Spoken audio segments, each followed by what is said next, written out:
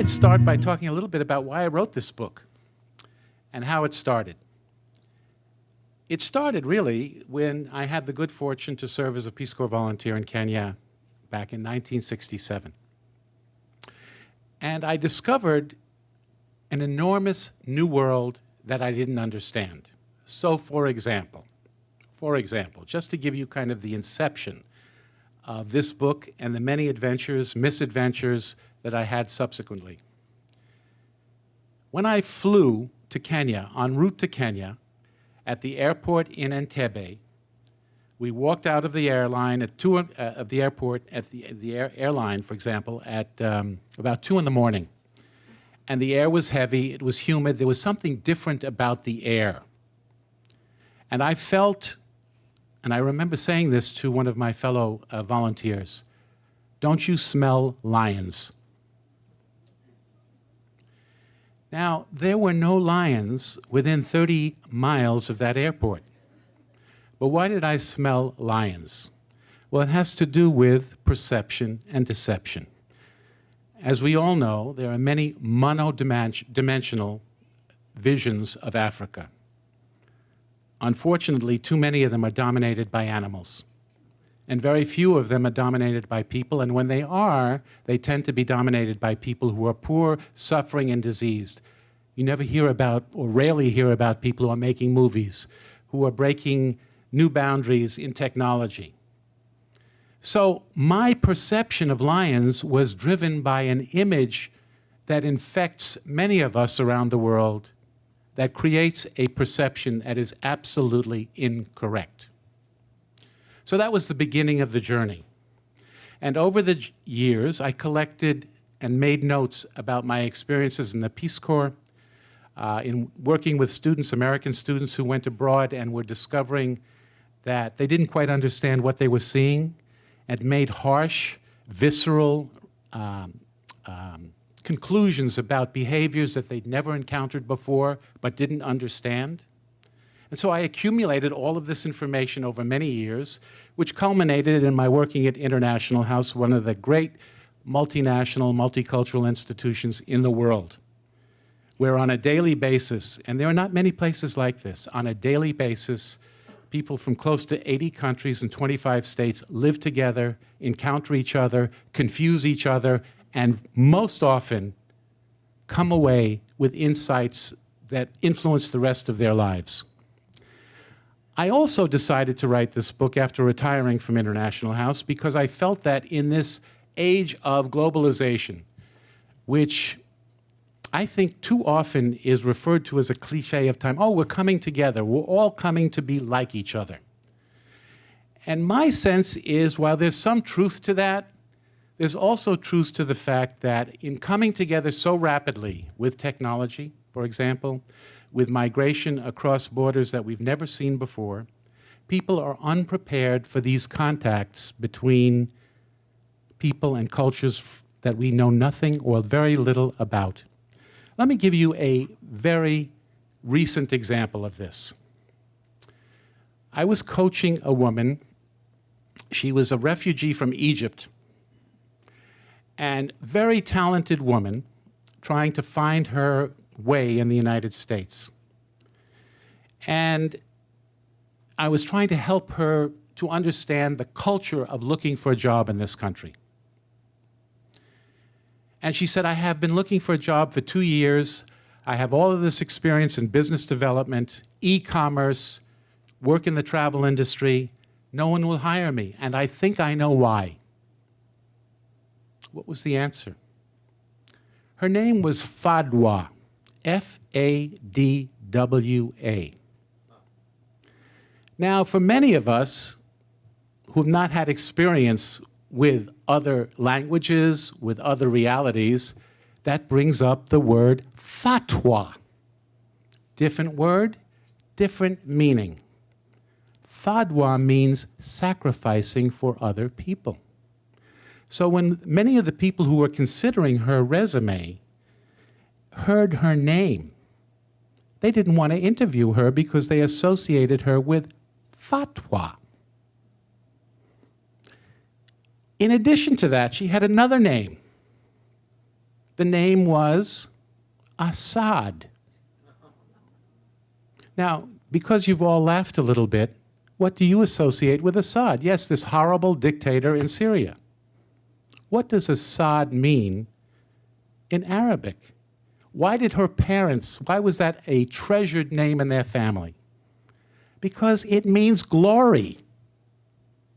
But that is not what was understood. It was perceived, and it was a deception.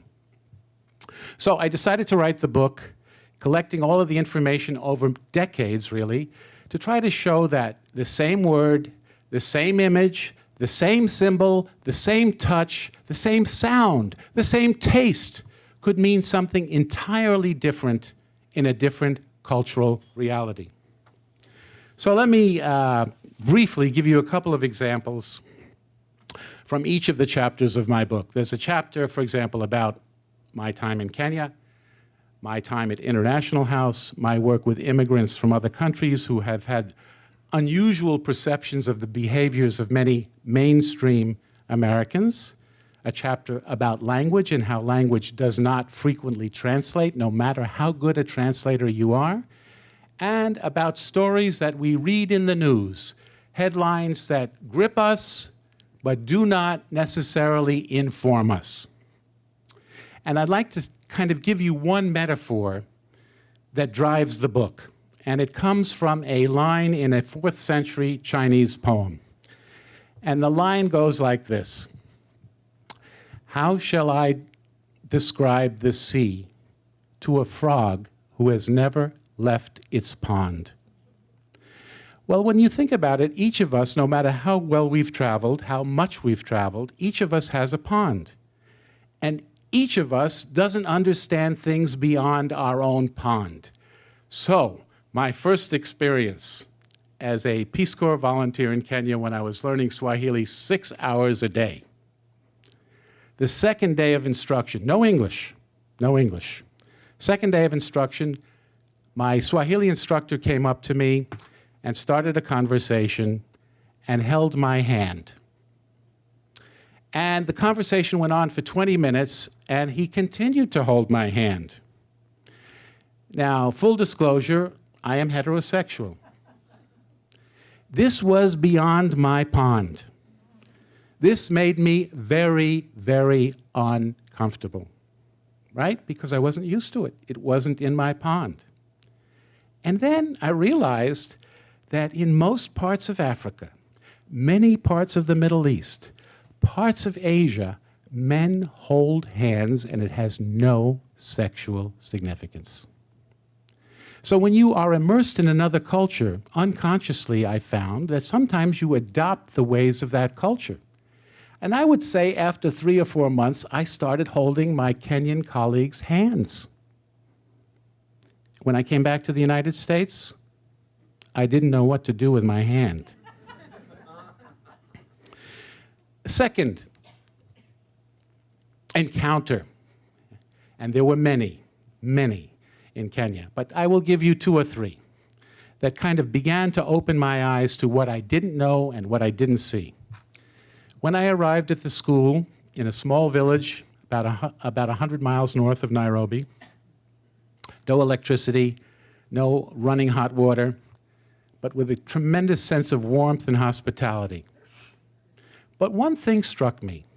When I arrived, my Kenyan colleagues who taught at the school, my expectation from my pond, when are they going to invite me to their house? I'm a newcomer. Many of us, when we have a neighbor that moves in, we kind of say hello, invite them over for tea, right? So I was kind of wondering, why are they not inviting me over to say hello, welcome? They were certainly friendly at school. And so I began to imagine, and I began to tap into the narratives. It was 4 years after independence of a very difficult anti-colonial guerrilla war, the Mau Mau Rebellion that some of you may remember. And so I thought maybe they're not inviting me over because there are still bitter feelings about white people, European, whatever that means in the broad generic sense. Maybe they're not inviting me over to their home because they think all Americans are wealthy.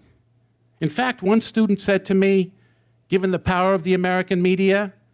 Who's taking care of your horse? And so I thought, gee, maybe I said something that was offensive. Finally, I decided to invite them over. To make the story very brief, we had a lovely evening, I thought. And of course, I was wondering a week later, why haven't they invited me back? Right? That was my pond.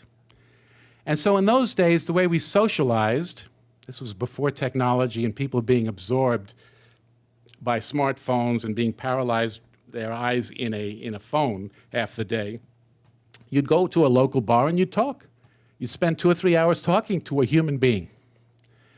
And so after a few beers, truth be told, I basically said, did you have a good time at my house? That night, we seemed to be enjoying each other. You told me a lot about Kenya. I was able to explain certain things about the United States, et cetera, et cetera.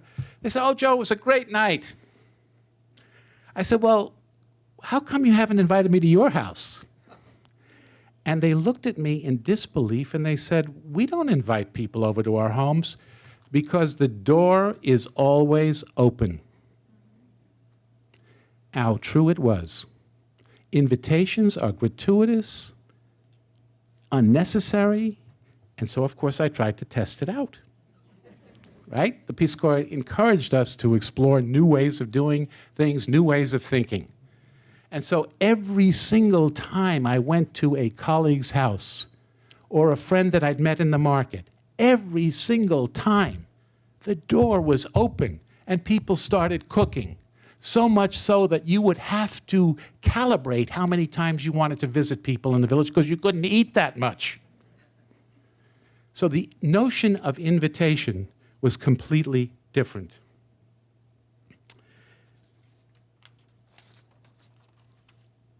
I took my students to Nairobi. Many of them had never been to Nairobi, skyscrapers. Most people don't think of this, skyscrapers, elevators, all of that. But many of them had never been to Nairobi, had never even experienced a building that had more than one floor. And when they experienced that building, they often said, gee, this is like kind of, children with babies, children carrying the babies on their sisters on their backs. They used a metaphor that was familiar to their pond. So we went to the University of Nairobi. In those days, these students, I think it was about 10% of the students in those days, went to secondary school and were on a track to go to university. We went to the University of Nairobi, and one of my students met a professor. She was probably in her 70s. He didn't know her, and he said to her, nice to meet you, Grandma. Now, this woman was from the United Kingdom. Her notion of having a stranger call her grandma, no family relationship, this was rude, right? But what was his reality? What was his pond? And how does that inform us today in our very youth-obsessed culture? The word grandma in actually most parts of Africa, in most parts of Asia, in most parts of Latin America, and some parts of Europe, is a term of respect, even if you say it to a stranger. Even if you say it to a stranger. So part of the issue with perception and deception is assuming that your notion of a particular reality is shared by someone else. So that's why the cover of my book, I chose to put a cow on the cover of my book. Because the reality is when each of us looks at a different image, depending on our pond, our experience, our values, what we've been taught as children, we see something and make different associations. So if you're a Hindu, the chances are you will see an animal that is considered divine. If you are from a society, and there are many, with millions around the world, where cows are considered wealth, you may see dowry. And if you are a meat eater, you may see and be reminded of dinner. So that's why I put it on the cover. And then when the book came out, a friend of mine who is a vegan, he said to me, Joe, come on, you forgot to put vegan on the cow, because vegan is what drove his perception. last comment from my time in Kenya, which also applies broadly, not only in most parts of Africa, but in many parts of the world. And that is, at the time, the principal of the school where I worked was an Italian. And from time to time, he would call students into the office for an information gathering session, to give them some instruction, not for disciplinary purposes, as a general rule. By the way, I had one discipline problem in 3 years in my Kenya secondary school, and when I came back to the United States, I had 7 in the first hour. So when the students went into the principal's office, the principal noticed that they would avert their eyes. They would look down. What was the Italian's perception of this? What is an American employer's perception when an immigrant from one of these countries is interviewing and has their eyes cast downwards? The person is basically devious, not telling you the truth. They're not being straight with you. They're not comfortable. They're not candid. Well, what is not understood from that pond is that direct eye contact is an affront. It is a lack of respect in many, many cultures. And it is not easy to simply transform your notion of eye contact when you jump to another culture. Imagine these immigrants from many parts of the world who are coming here and applying for jobs and trying to maintain eye contact at the same time as understanding in their own cultural background that that eye contact is rude, and the way to show respect is to lower your eyes. Now, I'm going to speculate here with you for a moment. One thing I do know is there are many African traditions, and of course Africa is a very diverse place with many different cultures and many different behaviors and many different countries. But the fact is that eye contact is considered rude in most parts of Africa, particularly for an elder or a person in authority. And I think that that has been carried over to parts of the Caribbean, Latin America, and the United States. That's been my observation with friends from the African American community, understanding that there's tremendous diversity within that community like every other community. Recently, I read an article in the New York Times that said many African Americans were not considered for jury duty because on being interviewed for participation, they averted their eyes. Now, I don't know it for sure, but I am suggesting to you that the interpretation of eye contact or lack thereof may well explain what could really be a partial explanation for an inequity. Let me say a few words about my extraordinary and rich experiences at International House, where I feel that the residents there from all over the United States and all over the world were in many ways a teacher for the staff there, for me, for those who continue to work there today. And let me extend it to 2 brief African stories before I go to another culture. There was a Ghanaian woman who was living on the 3rd floor. There are 8 floors in the residential part of the house. And this Ghanaian woman was doing a project with an American woman from San Francisco who had not traveled, was intellectually broad, but had not traveled much. They were doing a project together in a class, and the woman from San Francisco who lived on the 8th floor came down to see Comfort. Comfort was from Ghana. To just make sure that they had their presentation in line for the class that was to appear later that day. So they had their discussion, they finished, and the American left the room. See you later in class. And as the American walked down the hall, a San Franciscan from the United States, she noticed that Comfort was following her. And this San Franciscan, wanted to get some exercise, so she decided to walk up the stairs to the 8th floor as opposed to taking the elevator, and she noticed that Comfort was following her. What was her perception? Because she came to my office later. Joe, what was Comfort doing following me? Was she trying to hit on me? That was her pond. Now, I had, fortunately, been blessed to have had the opportunity to have spent a good deal of time in Ghana. And what did I learn in Ghana? That in some societies in Ghana, when you have a guest in your home, you walk them home. You walk them to their home. So what Comfort was doing was she was basically transforming what she was used to, her narrative in her village, and walking this American woman home to the 8th floor. A total misunderstanding. Now, as many of you know, at universities and colleges around the country, when you are going to apply to live in a residence, I would say most Americans, many Westerners, perhaps most of Westerners, want to have a single room. Privacy is an important value. I want my time. I want to do what I want to do in my room, and I don't want anyone to know my business. You know, so there was an Ethiopian gentleman. He was a graduate student. So at International House, the graduate students have priority for single rooms, and the undergraduates, juniors and seniors, are in double rooms. So an Ethiopian came to my office, and he said, you know, I feel privileged to have been offered a single room. I know that it's reserved for graduate students, but I really don't want it. Because he was raised, like many people from around the world, living in one room with siblings, 3, 4, 5, 6 siblings. And he said living in one room was too lonely. Too lonely. I want a roommate.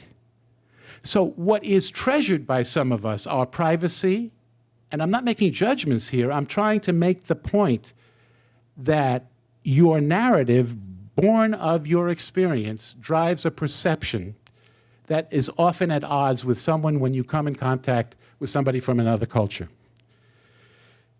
So let's talk now about an Italian. Let's move to Europe for a second. An Italian, a brilliant mathematician, who lived at iHouse some decades ago, but I had the good fortune to meet, and he was telling me about his experience with a Sikh. By the way, Sikhs, for those of you who may not know this, are not Hindus, they're not Muslims, it's their own religion, right? And he came to International House at 12 o'clock at night, and this Italian had a very narrow experience. He was brilliant. He was top of the line in math and physics. I think he was the #1 student in all of Italy in physics. He was admitted to Berkeley, comes to the International House, and he is placed in a room with a Sikh. And remember that Sikhs call themselves Sikhs, which I will talk about in a second. Not Sikhs, their name for themselves are Sikhs. So his roommate was sleeping. When he woke up in the morning, and let me back up a second, you know that the reason why religious Sikhs or Sikhs wear turbans is because they don't cut their hair. And they don't cut their hair because it's considered a gift of God. So to cut your hair, right, is to violate the spirit of the deity on some level. So he wakes up in the morning, this Italian, who had not spent much time outside of his northern Italian village, hadn't even been to Sicily or Rome or Austria. He wakes up and he sees this dark-skinned gentleman combing his long beard, his long hair, and he said to me, Joe, I woke up and I thought my roommate was Jesus Christ. So that's another example of how you can be frozen with your own narrative and experience and how that drives a perception that's incorrect. So let me bring it up to today. My wife and I have a nephew who's a freshman at Berkeley now. And one of his first friends that he met in the dorm was somebody from the Sikh community or the Sikh community. And he said to her something like, tell me a little bit about yourself. And she said, I'm sick, but I'm not contagious. Now, for me, that was a great cross-cultural bridge builder. Because the fact of the matter is, if you know Sikhs or if you have the chance to meet Sikhs or Sikhs, the reason that they changed the word in the United States frequently from Sikh to Sikh is they didn't want people to think that they were sick. So here's an example of how words don't frequently translate. Let me give you one other example from International House, and then we'll kind of move on to immigrants, a couple of examples of immigrants who come to the United States, and then we'll go to some of the issues in the news. Back when my wife lived at International House some time ago, there was a gentleman from Haiti who fell in love with an American woman from the Midwest. You know, hormones sometimes do cross cultures. They really kind of get you across cultures. But sometimes when the hormones die down a little bit, you know, then all of a sudden, why are you doing that? You're so strange, you're absurd, you're insane, you're crazy. So they were walking by the beach, and they were poor students, but the gentleman from Haiti, and many of you know, Haiti has been very much influenced by traditions of voodoo in West Africa. And voodoo, of course, is very little understood in this country, but voodoo has a whole pantheon of gods, the god of the sea, the god of lightning, you know, a whole pantheon of gods, very similar to what the Greeks had. And as they were walking along the beach, the American woman discovered that he had bought, and remember, poor students, he had bought filet mignon, and he threw the filet mignon into the ocean as an offering to the god of the sea. What was her American pawn's practical reaction to this? Can't you get some hamburger and give it to the ocean? So basically, here you had a clash of someone who was brought up in a very practical, efficient, made sense in her context, but she didn't understand this spiritual meaning for him. I don't care if I have to spend a little more money. The sea, the god of the sea, deserves this. And finally, from International House, this is one of my favorite stories. An American student spoke 4 or 5 different languages. I think he was a Fulbright scholar, came to my office, said, I don't want to sit next to that Japanese student or any Japanese students anymore. Why not? You know, when we have soup and there are noodles in it, they make this sound. Now, you have to ask yourself the question, if you were sitting next to somebody and you hadn't had the experience on a regular basis of somebody eating with somebody who was going, you know, you might feel a little uncomfortable, right? Or somebody who was belching, right? Belching. I mean, most of us were raised, belching is not polite in this country. Whereas you know, in many other countries, belching is a sign of I enjoyed the meal. And slurping, of course, is, for many Japanese, for many Chinese, a way of enjoying your noodles, right? Slurping has no objective meaning. That has no objective meaning. Belching has no objective meaning. They all have different meanings according to the context. But this student said, I don't want to sit next to those Japanese students. And basically, what was he doing? He was eliminating 80 million people from his life. Fortunately, this was one of those breakthrough stories at International House, where eventually he got it, and he started slurping himself. Let's talk just a little bit about language, or immigrants, very briefly. Since my time at iHouse, I've been working a lot with immigrants who come to this country, visitors for other purposes, and I've often asked them, what is it when you come here that you see that looks strange, that is different from what occurs in your country, what is different, peculiar, what strikes you as strange, maybe even offensive? This is what some Korean journalists said to me. They went out on a field experience. I said, go out in San Francisco, just watch people. They came back to the class the next day and they said, so many Americans walk alone, sit alone, eat alone, go to the movies alone. Are they mentally disturbed? Now, Koreans, as many of you know, come up for a much more collectivist kind of culture where people generally don't do things alone. Same thing in China, although the one-child policy has begun to change that somewhat. So this kind of shines a light and makes us aware of our own values, their pluses and their minuses. You know, frequently we don't even think about what we're doing and what our values are and where they came from. It's like, for all cultures, people don't see themselves accurately until an outsider points something out. It's the wonderful North African proverb, a camel does not see what it knows. Or the Chinese proverb, eyes can see everything except themselves. So here's an example of seeing everything except themselves. I had a group of Chinese students a couple of years ago, and I gave them the same exercise. Go out into Berkeley, San Francisco, tell me what you see that you've never seen before that looks peculiar to you. They came back, all of them, and they said, how come you don't have clotheslines here and you dry your underwear on clotheslines? I've never thought of this before. And my reaction was, well, we do have clotheslines, but they tend to be in the countryside, right? We have clotheslines in the countryside, and many people in the countryside dry their clothing, their underwear, other things on the clothesline.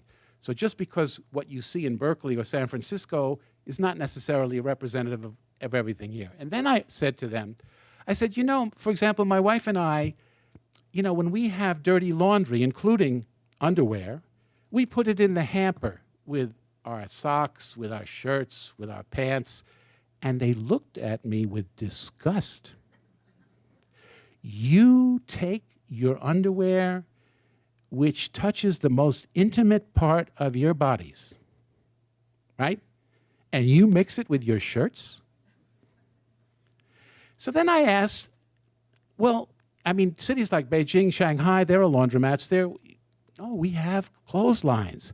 And it's important to wash your underwear the same night after you use it and put it out to dry in the fresh air. Well, of course, we all know that there's some pollution going on there, but nonetheless, you're hearing about a different value. How does this explain some very peculiar behaviors that a lot of hotel people have noticed in Western Europe and the United States for Chinese tourists who have the money to travel now for the first time, but they don't have the context of the culture they're traveling to frequently. So what has been noticed? Frequently, Chinese travelers, first time out of their country, will take their underwear, wash it in a sink, and put it on lamps in the hotel rooms, which is upsetting to people who come from a different pond. Why are they doing this? There's no clothesline. There's no clothesline. So here's another example of two different ponds, two different perceptions driven by two different narratives. Last one. By the way, you know, because of the power of this story for us about the underwear, my wife and I now feel a little guilty every time we put our underwear in the hamper.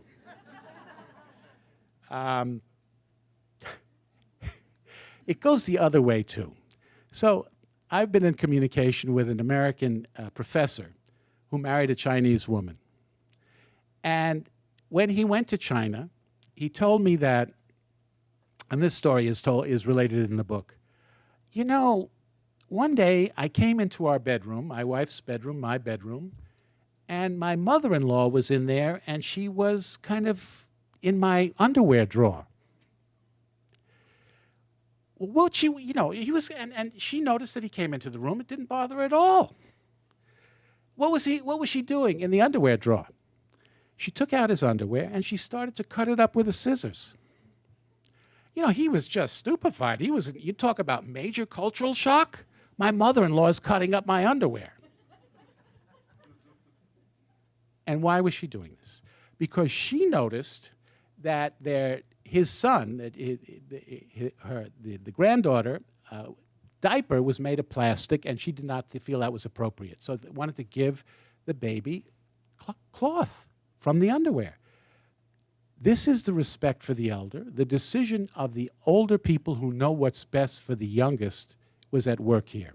And many Westerners, whether they're men or women who marry Chinese people who come from a more group-oriented society, are very struck by the fact that when they have visitors from the family from China, they stay for 2-3 months, no privacy. Whereas from the Chinese perspective, and we know many Chinese people who have said, what's wrong with them? They don't want any company? They want their privacy? This is very strange. So again, it's a different narrative, and it leads to conclusions that cause misunderstanding, anger, and resentment. Okay, language. Language I've discovered, let me give 2 examples from language, and then we'll talk a little bit about what's in the news. Language I've discovered, again, within our own country, within our own language, is so vulnerable to misinterpretation. For example, I was working on a project with a woman, and we were 98% finished, and I called her up and I said, Barbara, when are we going to finish the project? She said, gee, Joe, I don't know. My calendar is packed. Now think about how you would react if somebody said, my calendar is packed, if you were on a close deadline and somebody said, my calendar is packed. So I thought, of course, she's too busy. She's putting me off. She called me the next day. She said, Joe, I'm sorry, I had just gotten off a plane and my calendar was packed in my luggage. So here, even within our own language. Okay, so now let's take it across languages. Now, we all know that British English and American English is very different in many ways. Sometimes we take it for granted, like homely. If you call somebody homely in Great Britain, that means homey. You're not being insulted, right? If you want to knock somebody up in Great Britain, you're not going to have a sexual relationship with them. You're just going to call on them. If you table an issue here in the United States, when we table something, we'll postpone it. When you table an issue in Great Britain, we're going to discuss it now. Okay, so what's the relevance of this? I was working with an immigrant from Pakistan, working on her resume, and I pointed out to her, you know, on your resume, there really aren't, you're not being consistent with the placement of your periods. And there was silence.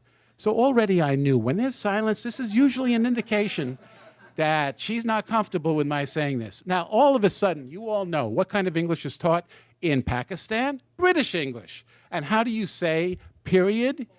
Full stop. So basically, she didn't want to offend me by saying, gee, you know, I don't understand you. She didn't want to offend herself by saying, I don't understand. Finally, we got to it, and I started to say, okay, full stop. When I told this student, when I told this story to a religious Egyptian gentleman, he said, Joe, you got it all wrong. She didn't want to talk about periods because she thought you were talking about the menstrual cycle. Different association, different pond. No wonder we're having difficulty communicating with each other. Finally, two other things about language, and that is guns.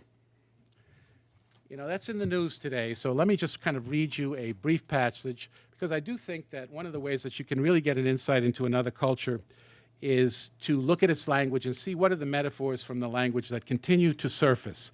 And the metaphors that continue to surface will tell you about preoccupations that people in the country are not always aware of. So we know there's a gun problem in this country. Whatever your view of the Second Amendment is, I just want to talk about how the gun issue has permeated our language in ways that we're not aware of. So just briefly. Okay?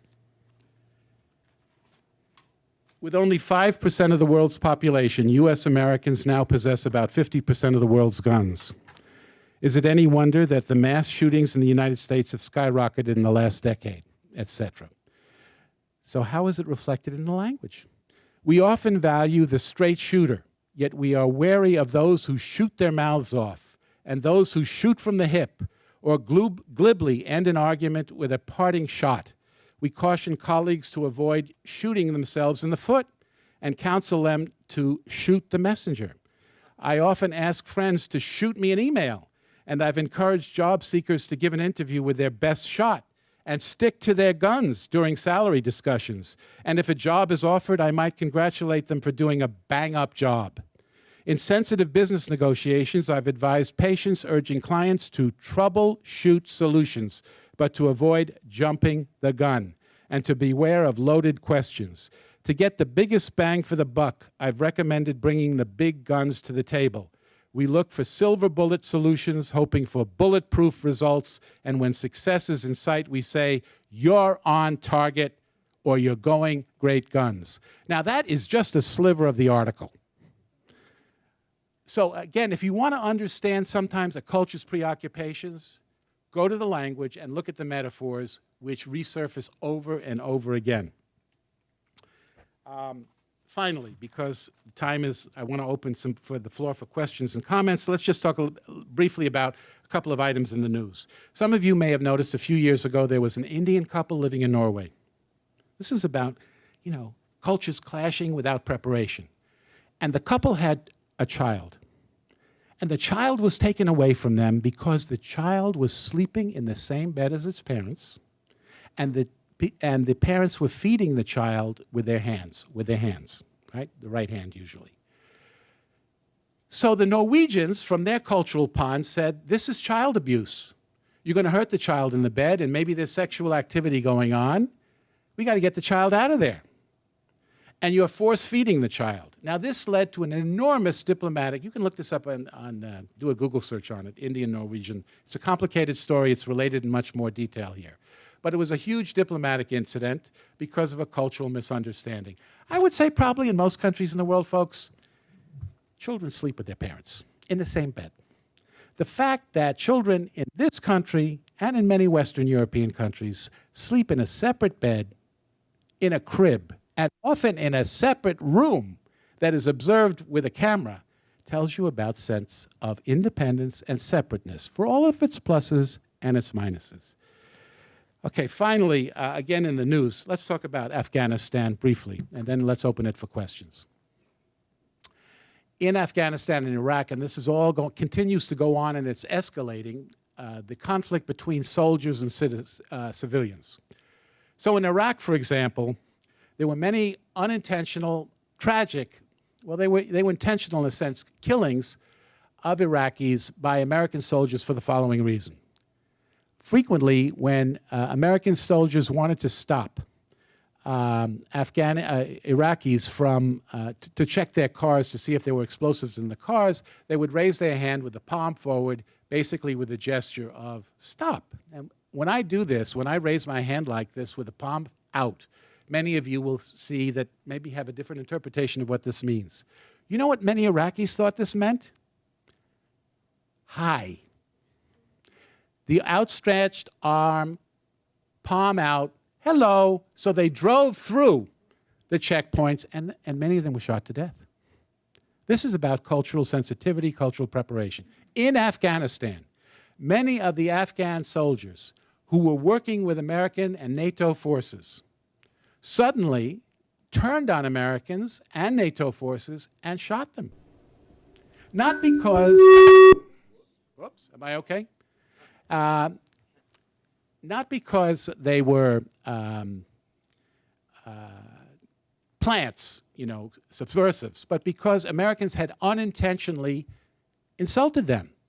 Why do you think it is that many parts of the world, particularly in Asia, people sit with their legs crossed and you don't see the soles pointing out? Because in many parts of the world, when you expose the shoe to the public, this is an insult. The bottom of the shoe is filthy. You remember when Saddam Hussein's statue came down, you all remember how many Iraqis took shoes and were hitting this? This is the ultimate insult. You remember when George Bush had a shoe thrown at him?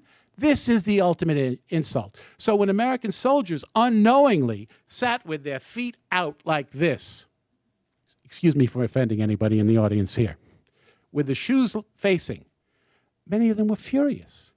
How would we possibly know that blowing your nose in some cultures in public in front of people would cause huge anger? How would we know that unless you had some kind of cultural training? How would we know that tossing toys from a car to Afghani children, which was meant with good intent, was seen as an insult? How could you possibly be throwing toys to children? Why don't you give them to them? Talk to them. Engage with them. Again, it wasn't the soldiers' fault. They just didn't get the training. So, to conclude, because there are so many examples of this, I wrote the book because I think that in an age of globalization, more and more cultures are coming together in ways in which we are not prepared for each other. We don't understand the real intent behind behaviors, behind images, behind gestures, behind how we use our voices, etc., etc. So I leave you with a statement, one of my favorite statements from Friedrich Nietzsche. Those who were dancing were thought to be insane by those who could not hear the music. Those who were dancing were thought to be insane by those who could not hear the music. This is about the need in this globalized world to hear songs we've never heard before. Thank you.